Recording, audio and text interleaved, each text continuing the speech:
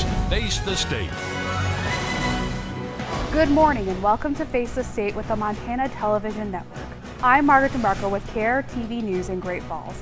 This month marks 1 year since Ashley Loring Heavy Runner was last seen on the Blackfeet Indian Reservation in northern Montana. This June also marks 1.5 years since Matthew Grant went missing and was found dead in Browning on the Blackfeet Reservation. And 2 years ago this month, Roylyn Risehorse of the Crow Agency died from injuries she received after being beaten and burned on the Northern Cheyenne Reservation in southeastern Montana.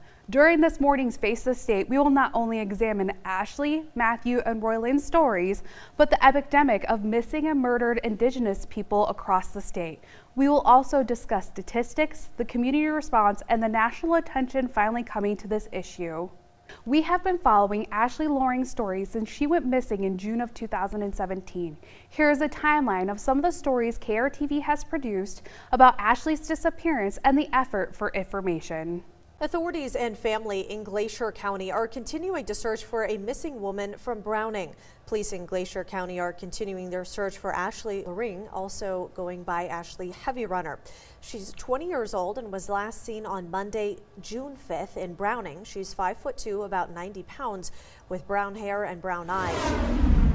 There is now a reward for information regarding the whereabouts of Ashley Loring Heavy Runner. The Bureau of Indian Affairs is offering a $1,000 reward for information.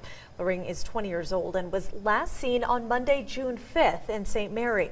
During a search near Babb, family says they found clothing that matches the description of what Loring was last seen wearing.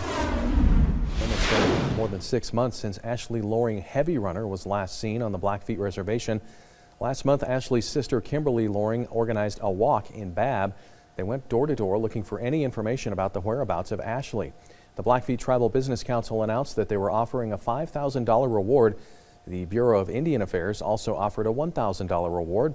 Loring says she hopes to do another walk to gather more information, but has not said where it will take place. The Bureau of Indian Affairs is now offering a $5,000 reward for information leading into Ashley's disappearance. The Blackfeet Tribal Business Council is also offering a $5,000 reward. In a press release, the FBI said the Bureau of Indian Affairs requested their help to find Ashley. The FBI says it is able to offer access to additional resources that can be devoted to the investigation. The family says they're relieved that the FBI is now involved in helping find out what happened to Ashley.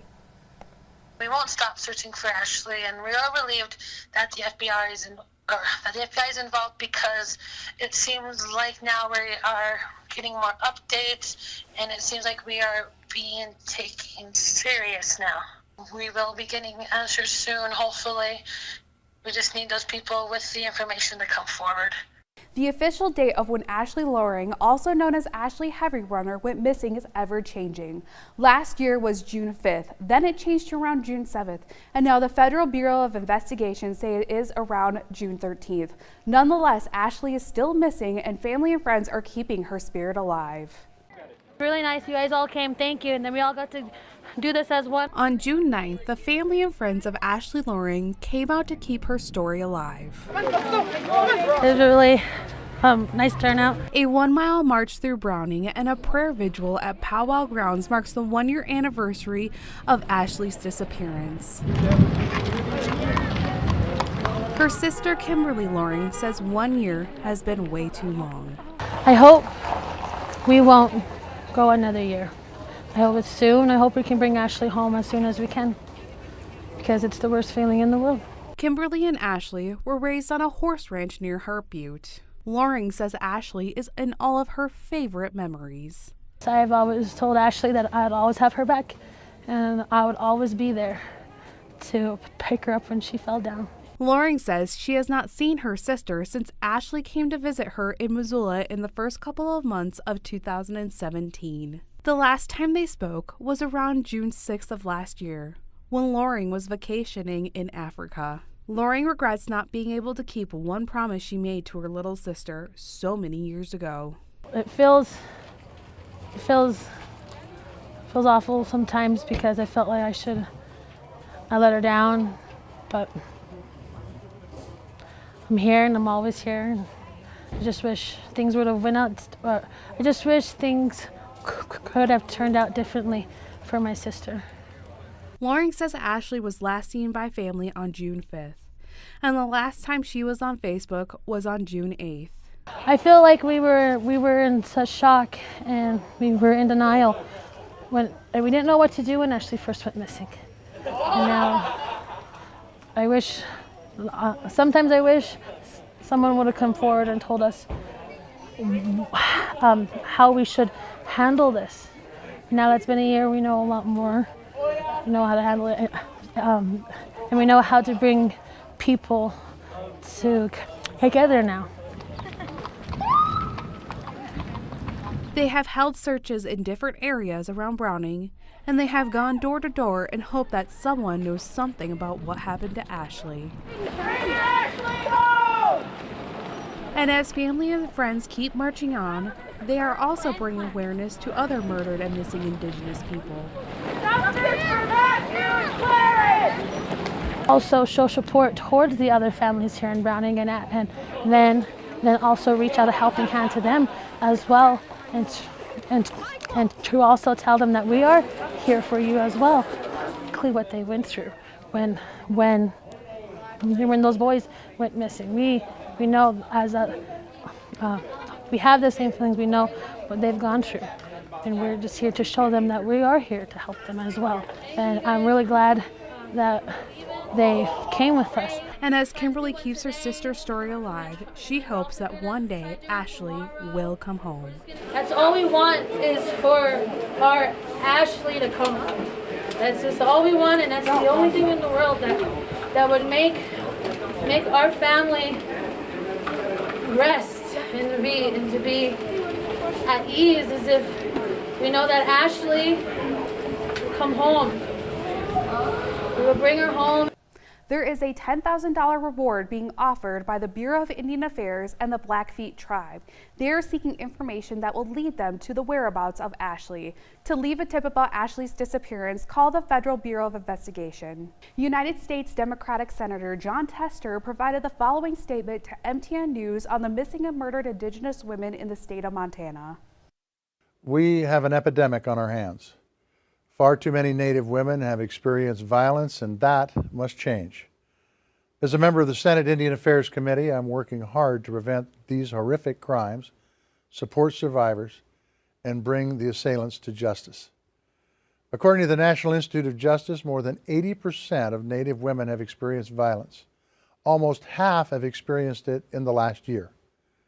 In order to reverse this trend, we must empower tribes with the legal authority to bring offenders to justice. We must provide Native communities with the resources they need to support survivors. And we must shine a light on this issue that has festered for far too long in the dark.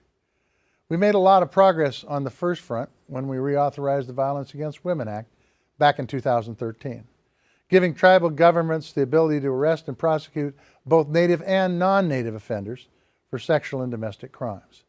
But this progress has been limited by a lack of resources. For too long, critical resources have dried up before making it to Indian country. And that is why I've introduced the Survive Act to designate 5% of the Crime Victims Fund specifically for tribes, providing Indian country with much needed dollars to assist and uplift survivors. I've also introduced Savannah's Act to increase cooperation and information sharing between tribal, state, and federal law enforcement agencies when it comes to these cases. And last month, we passed a resolution designating May 5th as National Day of Awareness of Missing and Murdered Native Women and Girls. I hope these efforts will bring awareness and appropriate resources to this important issue so that we can end this epidemic once and for all. Two Blackfeet Shoshone filmmakers are making a documentary about the issue of missing and murdered Indigenous women. They have traveled all over the state and hosted free screenings of when they were here, though the brother and sister team are not stopping there. Creator, do you hear our sister's cries? It actually started in a school project that I had while I was in a graduate school. Ivan McDonald said the project was based around community engagement. They thought about doing a piece on suicide prevention, but they soon were headed in a different direction.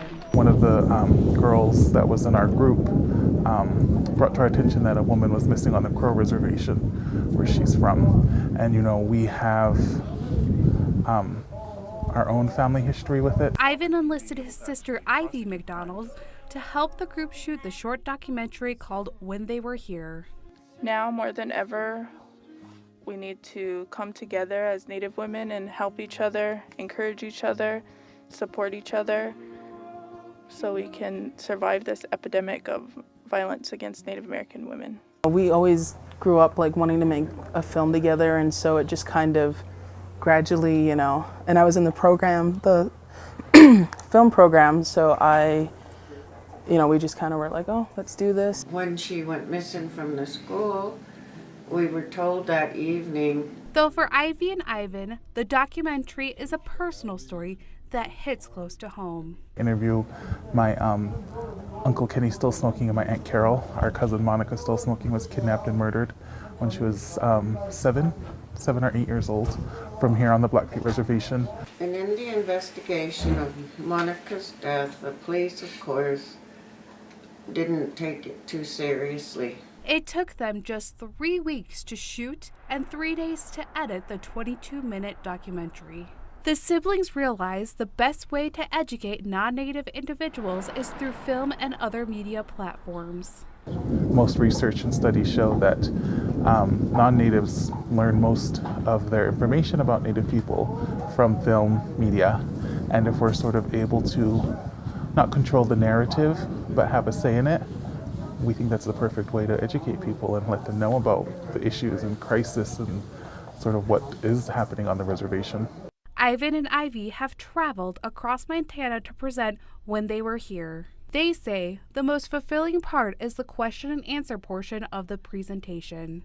Being a Native woman myself, it's to finally be able to let people know that we matter and that we are here, and it's a good thing, and I think that MMIW is definitely something that's going to be talked about for a long time. He said there was an incident in Missoula, and I knew right then and there that it was my mom. Ivan says they have had people from all over the country contact them. So many more of the stories need to get out. If the fact that our story and sort of our film is sort of one of the only ones that's really being heard, for me that just means that there needs to be more. Through their work, they have found some of the issues lie with the justice system on tribal lands. These women fall through the cracks is because so many of those jurisdictional issues come into play where even if families seek justice, they won't often find it. And I didn't know how to explain what had happened. And all I tell my kids is that she's an angel. Even though the documentary focuses on only 2 cases that happened right in Browning, Montana, Ivan says they are already expanding on their work. We did 3 more cases, shorter, smaller films for the Kaiman, which is the University of Montana newspaper. Ivy and Ivan are not stopping. They're working on a longer documentary that will feature more stories of missing and murdered Indigenous women. Any little bit helps. Anything that you can do to raise awareness or educate yourself about it, it's going to help. Daughters, be brave, be strong, be resilient.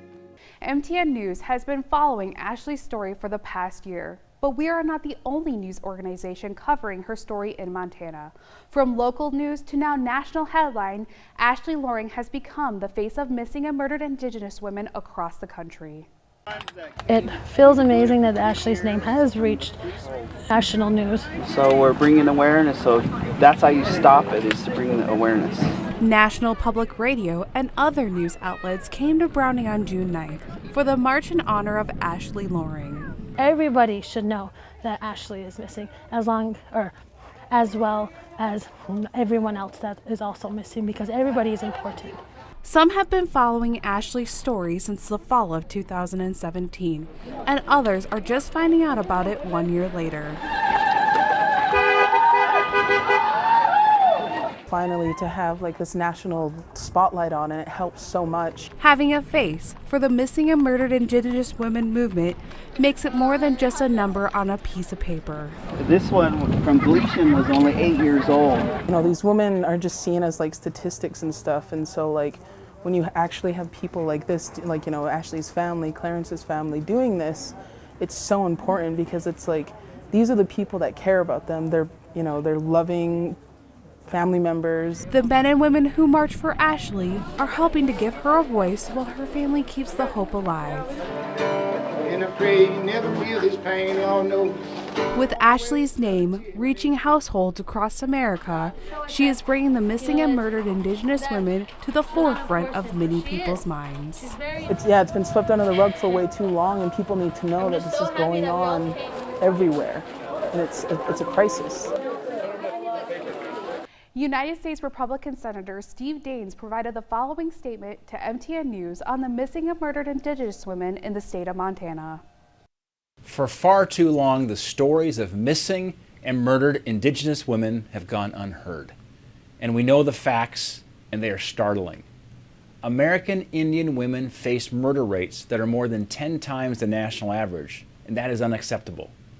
We cannot sit around while families continue to get torn apart. Immediate action must be taken to put an end to this horrible epidemic.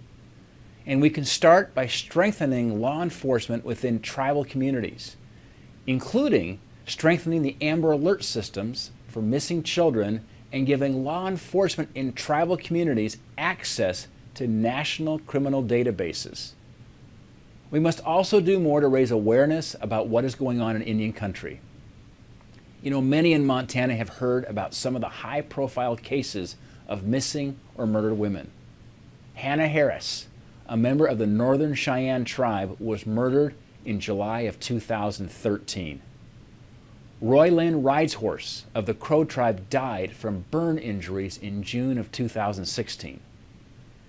And 1-year-old Kensley Olson was beaten to death and thrown into a dumpster on the Fort Peck Indian Reservation in 2016. She was just a baby. But these women, these girls, these mothers, these daughters, and children are just a few of the hundreds whose stories never make the headlines. And that is why I introduced a resolution to designate May 5th as the National Day of Awareness for Missing and Murdered Native Women and Girls. The resolution also commemorates the lives of all missing and murdered Indigenous women and girls who have gone missing or been murdered. Montanans cannot turn their heads away from this crisis that's right in our backyard. We must stand together as Montanans and say, enough is enough. We must stand together as Montanans to end this epidemic. The stories of missing and murdered do not stop at Indigenous women. There are many men who are also missing and have been murdered on tribal lands across the nation. Matthew Grant's story began only a year and a half ago.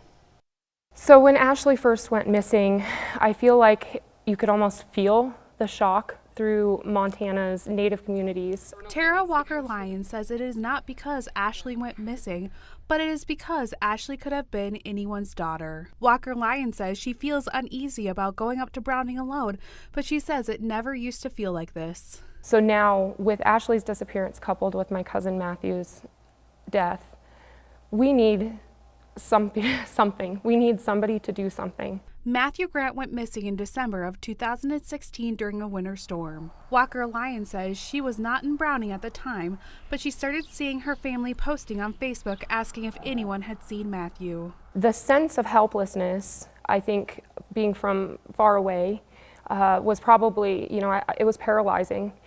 But my family, that's a kind of terror that I don't think you can really fathom unless you've been in those shoes. Matthew moved from Canada to Montana just a few days before he went missing. And he was staying with family in Browning. Family members say Matthew could bring humor to any situation and he could cheer anyone up. And so he had just learned not long before that he was going to be having a baby. And his son now, his name is Matthew Jr. He looks just like him.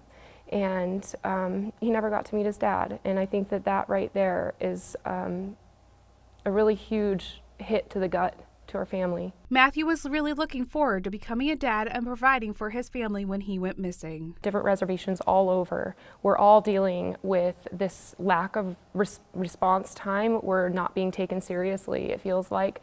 I know that my family had mentioned that they would provide information, and they felt like that information may not have been followed through on. Blackfeet law enforcement, Bureau of Indian Affairs, and the Federal Bureau of Investigations all have jurisdiction on the tribal lands, such as the Blackfeet Reservation. Walker Lyons says they feel like they were at the mercy of the federal government, while they were still holding on hope that Matthew would come home. He was missing for 2 weeks before his body was dumped in an alleyway. And in those 2 weeks, there was Christmas, and there was a lot of pain. And so my family is still dealing with that. Walker Lyon is now using her position as an advocate to help her family get justice for Matthew. It feels like a wound is wide open. There's no scar tissue over that wound. It is wide open and it is gushing. Since Ashley went missing only a few months after Matthew was found murdered, some people in Browning think their stories are coupled together. Walker Lyon says a lot needs to change on tribal lands so the family of both Matthew and Ashley get the answers they so desperately deserve. We need to increase funding. We need to address the disconnect that's happening between the federal government and tribal government and the state of Montana. We need to connect these loopholes, and we need to bring everybody to the table. Otherwise, this is just going to continue going. About a year after Matthew's body was found, the Federal Bureau of Investigation announced they were offering a reward in the case. They are offering up to $10,000 for anyone with information leading to an arrest in Matthew's case. If you have information about what happened to Matthew, please contact the Federal Bureau of Investigation. United States Republican Representative Greg Gianforte provided the following statement to MTN News about missing and murdered Indigenous women in the state of Montana. What happened to Ashley is a tragedy. No one would ever want to have that happen in their family. These young girls are their sisters, they're our daughters, they're our granddaughters, and we've got to pull together as a community, first to raise awareness, and then just to always be vigilant. Keep our eyes open. If you see something, say something. Roylyn Ride's horse of the Crow Agency was beaten and burned alive in April of 2016 on the Crow Indian Reservation. She died from her injuries 2 months later in Utah. 3 people have been arrested and charged in connection to her murder. In June of 2016, before Roylyn died, a Walking by Faith march was held 2 miles outside of the Crow Agency along Highway 212. Marchers expressed frustrations with the unsolved crimes across the Crow Agency and urged tribal members to speak up when serious crimes happen. For Anita Lucchese, tribes and law enforcement need to come together to address jurisdictional issues. Roylyn's case, really extreme violence. That was, I think, really disturbing for a lot of us to read about. Anita Lucchese says this is a tragic reality for people living on reservations. Lucchese is a doctoral student who started the Missing and Murdered Indigenous Women database in 2015. Part of the reason that I do this work is because I was almost one of these women. I experienced domestic violence that threatened my life. Lucchese needed a base number to be able to start her research, but she soon found that to be difficult. None of the lists match. None of them are updated frequently. None of them are very thorough. None of them include both countries, so it really was a mess. Soon, Lucchese found out that there was a lot more missing cases than she expected to find. Since I started the database in 2015, there's been an average of 200 to 300 new cases every year, and that excludes missing person cases that are solved. So just, new cases to add. If we use that as kind of a benchmark going back to 1900, that means I'm missing about 20,000 cases. Lucchese says processing the data before 1990 is hard due to the lack of law enforcement records. Some cases were not taken seriously and others were never reported. There's been a lot of organizing from within Native communities, but it doesn't often get shared in kind of mainstream media or outside of Native communities. One name that has become a public figure for the missing and murdered Indigenous women movement is Ashley Loring.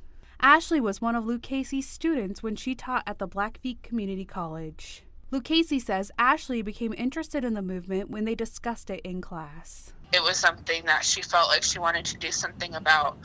It's unfortunate that she is participating in the way that she is. I wish she was home safe. I wish this never happened, but I take comfort in knowing that she is doing what she wanted to do. She is raising awareness. She is, building healing and safety for our women and girls.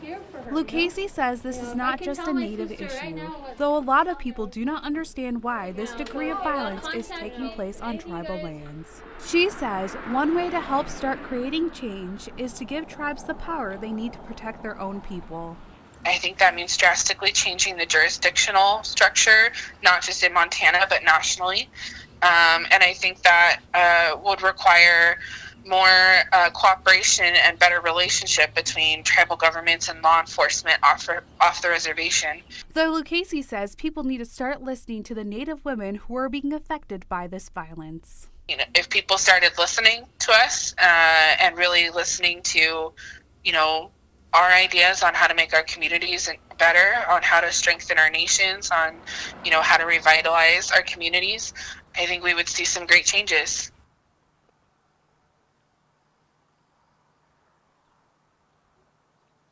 Although the special report has focused on Ashley, Matthew, and Roy Lynn's stories in particular, there are countless other cases involving Indigenous women and men across the United States and Canada.